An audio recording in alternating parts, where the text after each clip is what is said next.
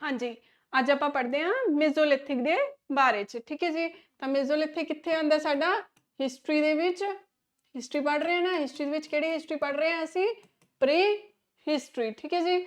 Pre history ਨੂੰ ਫਿਰ ਦੋ ਭਾਗਾਂ ਦੇ ਵਿੱਚ ਵੰਡਿਆ ਗਿਆ, ਇੱਕ ਸਟੋਨ ਏਜ, ਇੱਕ ਮੈਟਲ ਏਜ। ਅਸੀਂ ਕਿਹਨੂੰ ਪੜ੍ਹਾਂਗੇ? Stone age. ਸਟੋਨ ਏਜ ਦੇ ਵਿੱਚ ਅਸੀਂ ਕਿਹਨੂੰ ਪੜ੍ਹ ਲਿਆ ਹੈ?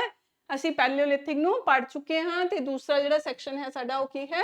ਮੈਸੋਲਿਥਿਕ, ਠੀਕ ਹੈ। ਤਾਂ ਮੈਸੋਲਿਥਿਕ ਦੇ ਬਾਰੇ 'ਚ ਅਸੀਂ ਅੱਜ ਕੀ ਹੈ पढ़ांगे, ठीक है। मेसोलिथिक एज क्लियर है। तो देख लेने हम साडा है मेसोलिथिक एज, ठीक है जी। तो सब तो पहला तो जानते हैं मेसोलिथिक दा टाइम पीरियड। मेसोलिथिक दा जेड़ा टाइम पीरियड है वो क्या 6000 तो लेके 10000 तो लेके 6000 BC तक का समय है। BC का मतलब बिफोर क्राइसिस, जीसस क्राइसिस से जन्म तो 6000 साल पहला दी ये गल है, ठीक है जी।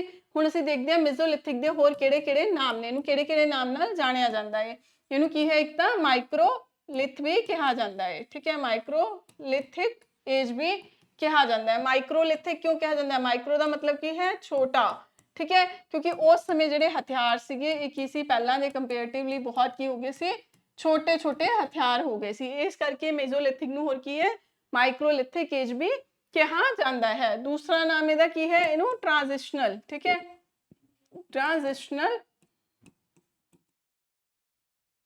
ट्रांजिशनल फेज भी कहा जाता है, ठीक है। होर की कहा जाता है? इहनूं ट्रांजिशनल फेज भी कहा जाता है, ठीक है जी। याद रखना है क्योंकि इत्थे बहुत सारे की ने चेंजिस जिहड़े ने सानूं देखण नूं मिलदे ने किहदे विचकार? मेसोलिथिक ते अपर पैलियोलिथिक दे विचकार। ते इत्थे बहुत सारे चेंजिस सानूं एकदम आके देखण नूं मिलदे ने, तो इस करके असीं इहनूं की है ट्रांजिशनल फेज भी कह दिंदे हां, ठीक है जी। ਤਾਂ ਇਸ ਸਮੇਂ ਹੁਣ ਜਿਹੜਾ ਮਾਨਵ ਸੀ ਉਹਨੂੰ ਦੇਖ ਲੈਂਦੇ ਆ। ਜਿਹੜਾ ਮਾਨਵ ਸੀ ਉਹ ਪਹਿਲਾਂ ਨਾਲੋਂ ਕੀ ਹੈ? ਸਮਝਦਾਰ ਹੋ ਗਿਆ ਸੀ। ਮਾਨਵ ਜਿਹੜਾ ਪਹਿਲਾਂ ਦੇ ਕੰਪੈरेटिवली ਕੀ ਹੋ ਗਿਆ ਸੀ? ਸਮਝਦਾਰ ਹੋ ਗਿਆ ਸੀ। ਇਸ ਕਰਕੇ ਉਹ ਹੁਣ ਕੀ ਹੈ?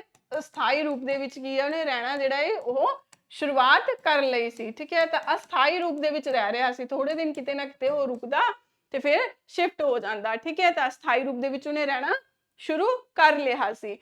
ते हौली हौली इत्थे लास्ट दे विच जदों ओह लेटर मेसोलिथिक दे विच पहुंचदा है, लेटर मिजो दा बिल्कुल लास्ट दे विच जदों पहुंचदा है, तां उहने की करिया? एक जानवर भी पालना अपने नाल शुरुआत कर लई, ठीक है। तां असीं कह सकदे हां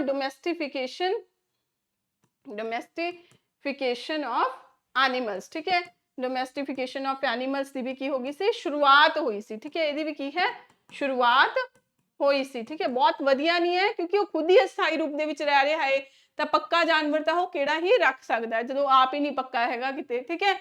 तो पर थोड़ी थोड़ी सानू की आपदे नाल उहनूं देखण नूं मिलिया। ये सानू कित्थों पता चलिया? क्योंकि सानू की है? कित्थों पता चलिया? यूपी दे विच एक जगह है महादहा, ठीक है। महादहा दे विच सानू की है? डबल बैरियर देखण नूं मिलिया है। डबल बैरियर दे मतलब की है? दो लाशां इकट्ठियां दफन मिलियां ने। किहड़ी किहड़ी सी ओह? एक आदमी ते नाल ओहदे की मिलिया सानू? कुत्ता, ठीक है। दफन मिलिया है, ठीक है। तां इत्थों सानू जजमेंट हुंदी है कि जिहड़ा पहला जानवर सीगा, पहला जानवर जिहड़ा इंसान ने पालिया ओह किहड़ा सी? कुत्ता ही सी, ठीक है जी। तां पहला जानवर जिहड़ा इंसान ने पालिया ओह किहड़ा सीगा? कुत्ता ही सी। याद रखना है। तो इंसान का जिहड़ा पहला जानवर है पालतू वो कौन है? कुत्ता, जिहड़ा कि साडा अज भी वफादार जानवर है, ठीक है जी। हुण आ गए हथियार। तो मानव के जिहड़े हथियार सीगे ਉਹ ਕਿਹੋ ਜਿਹੇ ਸੀ? मानव के हथियार मैं पहले ही दस्सिया उपर पहला नालों की है? छोटे हो गए सी, छोटे छोटे हो गए सी। इसे करके मानव नूं की कहा गया? इस फिजियन नूं की कहा गया? माइक्रोलिथिक एज भी कहा गया, ठीक है जी। माइक्रोलिथिक एज भी कहा गया, ठीक है। तो वो जिहड़े हथियार सी वो की हो गए? पॉलिश्ड हो गए, पहला नालों की हो गए? बहुत ही वधिया हो गए सी, ठीक है जी। ते हुण इत्थे जिहड़ी वरतों है वो किहदी वधिया होण लगी? अग दी जिहड़ी वरतों है, अग की वरतों जिहड़ी है वो भी इत्थे की है? बहुत वधिया तरीके नाल होण लगी, ठीक है। पेपर दे विच सवाल आया होया, बारी बारी पूछा गया कि अग की खोज कदों हुई? तां पैलियोलिथिक दे विच। पैलियोलिथिक दे किहड़े काल दे विच? अपर पैलियोलिथिक दे विच।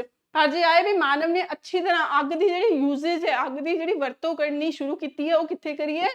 ओह मेसोलिथिक दे विच करी है, ठीक है जी। तो याद रखना है अग की खोज कदों हुई? अपर पैलियोलिथिक दे विच। पर अग की असल वरतों किवें करनी है वो कित्थे पता चलिया? उहनूं मेसोलिथिक दे विच, ठीक है। तो फादर ऑफ मेसोलिथिक किहनूं कहा जाता है? होडा वेस्ट्रॉप नूं, ठीक है। ਹੋਣਾ ਵੈਸਟਰੌਪ ਨੂੰ, ਠੀਕ ਹੈ, ਕੀ ਕਿਹਾ ਜਾਂਦਾ ਹੈ, ਫਾਦਰ ਆਫ ਮੇਸੋਲਿਥਿਕ। ਕਲੀਅਰ ਹੈ? ਚਲੋ